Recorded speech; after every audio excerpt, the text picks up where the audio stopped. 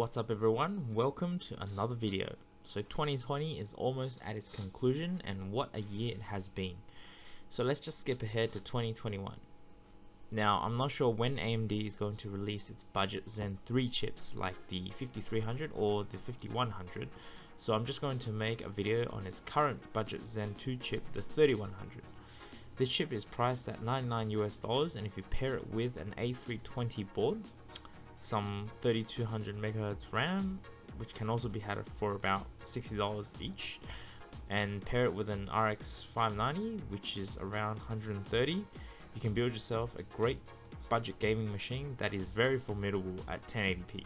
So I have put together this build and ran a few esports games as well as some recent AAA titles. Most games run fantastic at 1080p high settings, and even the AAA titles are playable. Now I also did a overclock to about 4.4 GHz ish to get some extra performance. Anyway, enjoy the benchmarks and let me know if you are looking to build an all AMD budget PC soon.